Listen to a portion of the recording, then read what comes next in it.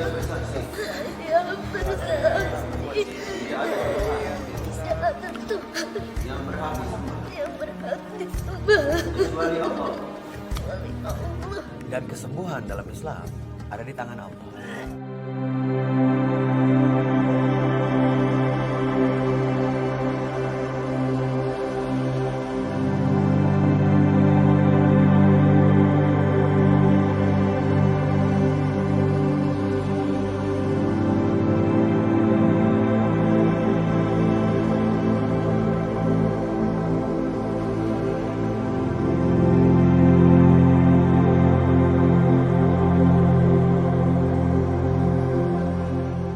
وَنُنَزِّلُ مِنَ الْقُرْآنِ مَا هُوَ شِفَاءٌ وَرَحْمَةٌ لِلْمُؤْمِنِينَ. Di dalam Al-Quran surat Al-Isra ayat 82. Dan kami turunkan dari Al-Quran berupa obat dan rahmat untuk orang-orang yang beriman kepadanya. Saya praktisi ruqyah. Saya tertarik belajar dan mempraktekkan ruqyah sejak kecil. Yang di perutnya silakan, yang di punggungnya keluar semua. Terus. Dari ain lama, dari ainnya semua keluar. Orang mengenal ruqyah memang untuk ngusir jin, ya, yang tersebar di masyarakat, yang terkenal di masyarakat. Kalau mau ngusir jin ya di ruqyah. Saya doakan kebaikan buat kalian. Saya doakan kebaikan untuk kalian. Agar kalian hidup bahagia, Hidup bahagia, berkah, berkah, masuk Islam, masuk Islam, dan pergi ke Masjidil Haram. dan pergi ke masjid. Benar tidaknya sembuh itu saya tidak bisa bilang. Yang saya yakini adalah jangan-jangan itu hanya kesembuhan sesaat. Individu yang baru saja didoakan itu merasa sembuh, tapi sebenarnya itu sifatnya sementara.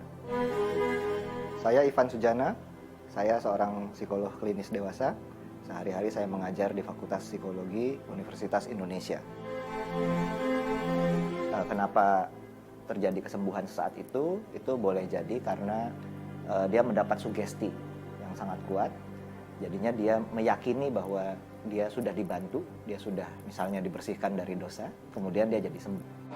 Yang dorong jin lain itu kami juga keluar. Yang dorong jin lain itu keluar kami juga keluar. Pegang dadanya, pegang dadanya. Kalau dari perspektif psikologi klinis, biasanya seseorang mengalami episode psikotik itu karena dia mendapat tekanan. Ada tekanan yang tidak bisa dia hadapi, diatasi, jadinya dirinya seakan-akan terpecah. La haula wala quwwata illa billah. Terus tawakal. La haula wala quwwata illa billah. Waktu tawakal. La haula wala quwwata illa billah.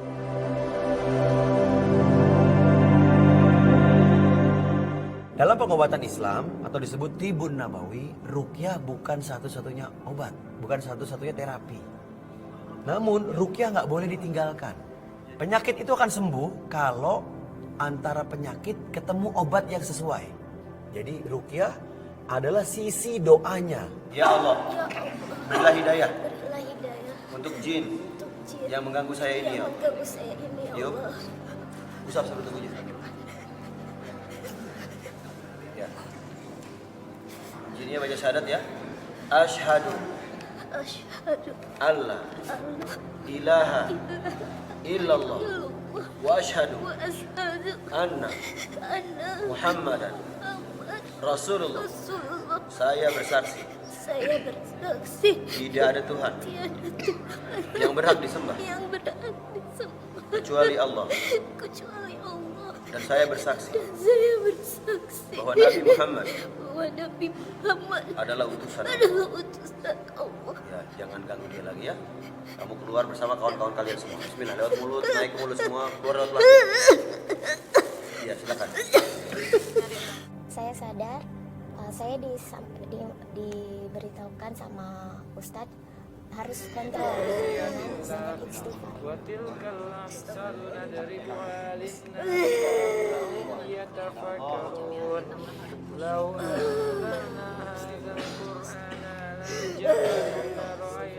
Bu Yuyun punya Kalau saya diagnosa, pertama punya beban psikis yang berat.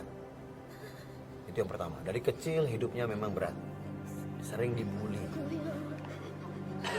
Oh ya Allah.